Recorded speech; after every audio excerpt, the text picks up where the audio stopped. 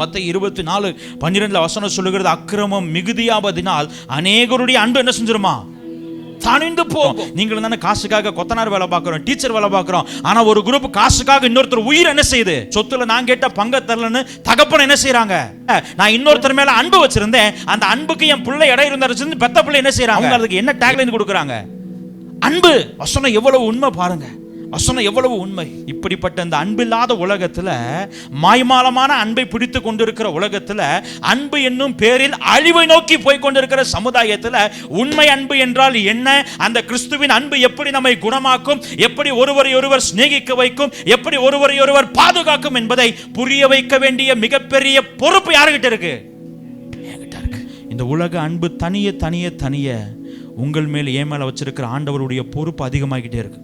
எத்தனை பேர் அதை ஃபீல் பண்றீங்க?